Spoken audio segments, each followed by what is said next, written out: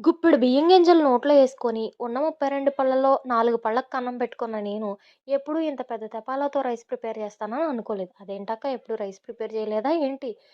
అయ్యో! చేస్తానండి అలవాటే. కానీ ఇంత పెద్ద తపాలాతో వార్చడం నాకు రాదు. అదే మ్యాటర్. దీనికి నేను పడ్డ కష్టాన్ని మీకు చూపిస్తాను చూడండి. రైసు ప్రిపేర్ చేయడం పెద్ద విషయం కాదులెండి. కానీ ఇలాంటి పని చేయటమే విచిత్రం. ముందైతే బియ్యాన్ని నీట్‌గా కడుక్కోండి. అసలే మనం పాలిష్డ్ రైస్ తింటున్నాం గదా! అందులో ఉండే మినరల్స్, ప్రోటీన్స్ అవన్నీ పోతా ఉంటాయి. కాబట్టి కొంచెం తక్కువ సార్లు కడుక్కుంటేనే మంచిది. కడుక్కొని నా రైస్‌లోకి ఎసరికి సరిపోయినన్ని వాటర్ వేసేసుకొని, స్టవ్ మీద పెట్టేసుకొని బాగా ఉడికించుకోండి. ఒక మెతుకు అటు ఇటు అయినా గానీ చెప్పు దెబ్బలు, చెప్పులుతో పాటు చీపురు కట్టలు గూడా మన మీదకొచ్చేస్తాయి. అందుకే ఇలాంటి విషయాల్లో జాగ్రత్తగా ఉండాలి. మనకా జల్లిముగుడుతో అంత పెద్ద తపాలతో వార్చడం రాదాయె. కాలుకో, చేయికో దేనికో దానికి వాత పెట్టుకుంటామని అక్కని పిలిస్తే, ఒక జిబ్రేకులో ఏసేద్దాం టైం సేవ్ అయిపోతదని చెప్పేసి మంచి ఐడియా ఇచ్చింది. సో, ఇలాంటి అక్కలు అప్పుడప్పుడు మనకు పనికొస్తారు. గుర్తుపెట్టుకోండి.